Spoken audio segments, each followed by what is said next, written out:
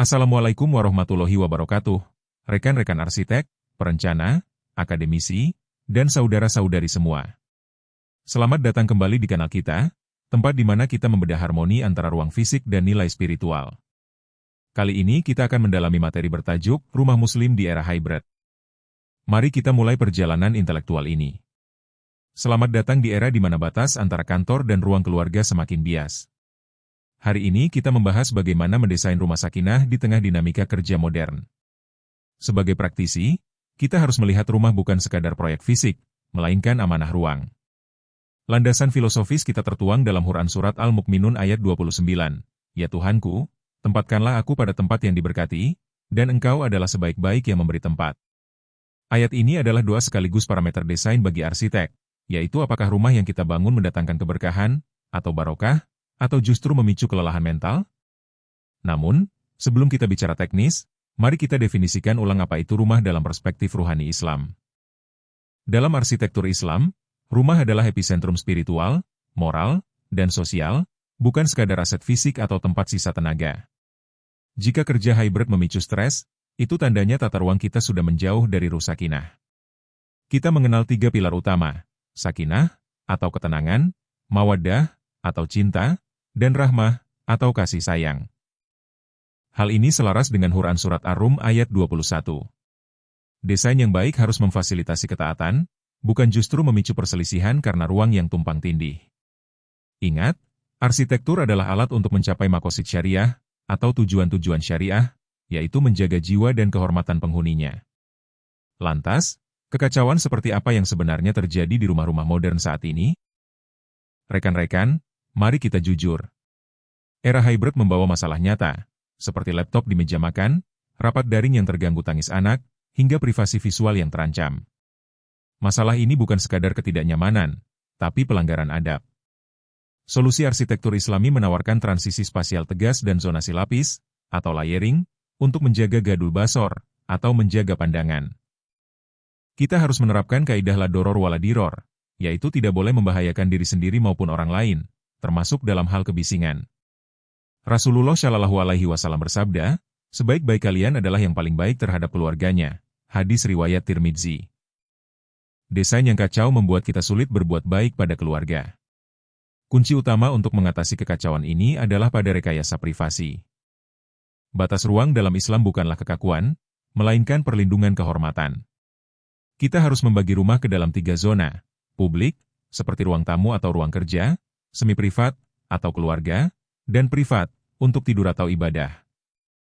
Gunakan taktik pemisahan zona visual dan ruang transisi, atau buffer. Ruang buffer ini berfungsi sebagai tempat ganti mode mental dari pekerja profesional menjadi orang tua yang penuh kasih. Sebagaimana diperintahkan dalam Quran Surat An-Nur ayat 27 dan 58, ada waktu dan ruang tertentu yang merupakan aurat dan privasi yang tidak boleh dilanggar oleh siapapun tanpa izin.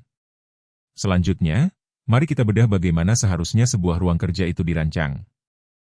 Ruang kerja di rumah adalah zona amanah. Secara fisik, ia membutuhkan ventilasi silang dan cahaya alami untuk mencegah kelelahan fisik saat menunaikan tugas profesi. Secara visual, latar belakang rapat harus tertutup untuk menjaga privasi keluarga. Paling penting, hadirkan jangkar spiritual, yaitu elemen pengingat niat bekerja. Kita bekerja untuk ibadah, maka setiap detail ruang harus mendorong kualitas ihsan. Rasulullah Shallallahu Alaihi Wasallam bersabda melalui hadis riwayat Muslim, sesungguhnya Allah mewajibkan berbuat ihsan, maksudnya profesional atau berbuat terbaik, dalam segala hal. Bekerja secara profesional adalah bagian dari pengabdian kita kepadanya. Selain visual, selanjutnya, ada satu aspek kenyamanan yang sering terlupakan karena ia tak terlihat. Kelelahan kognitif terbesar dalam kerja hybrid bukanlah suara yang keras, melainkan kebisingan mikro yang terus-menerus. Suara piring di dapur atau televisi bisa memicu iritasi emosi. Strategi kita sederhana namun krusial, yaitu gunakan pintu solid, pasang material absorber seperti karpet tebal atau panel kayu akustik, dan jauhkan zona kerja dari sumber bising domestik. Ingat kembali kaidah la doror wala diror, hadis riwayat Ibnu Majah. Memberikan kenyamanan akustik bagi anggota keluarga yang lain saat kita bekerja adalah bentuk sedekah ruang. Selanjutnya, arsitektur juga harus mampu mengelola psikologi transisi ruang kita. Otak kita merespons isyarat spasial. Jika Anda melihat laptop di kamar tidur, otak Anda tidak akan pernah benar-benar istirahat.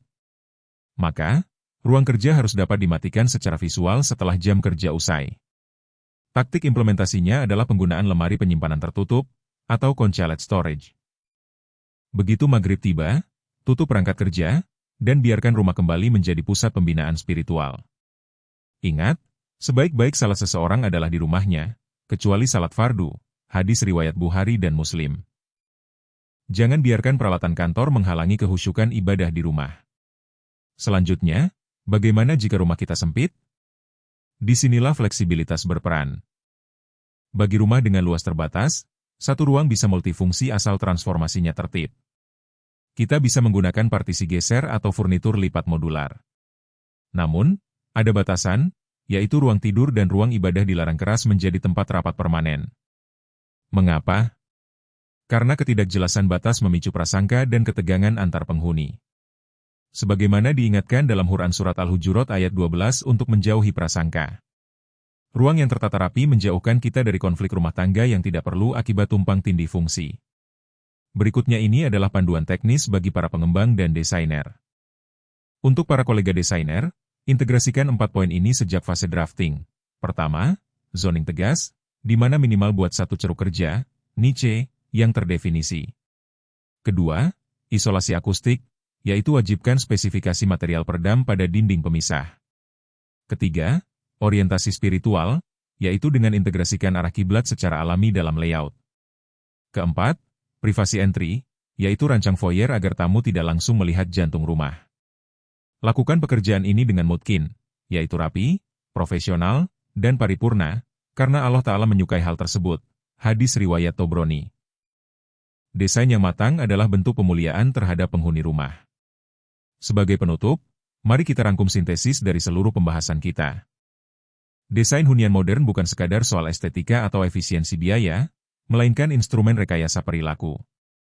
Ketika produktivitas profesional, keharmonisan keluarga, dan ketentraman iman sejajar, itulah saat arsitektur berpadu sempurna dengan syariah. Hasil akhirnya adalah sakinah.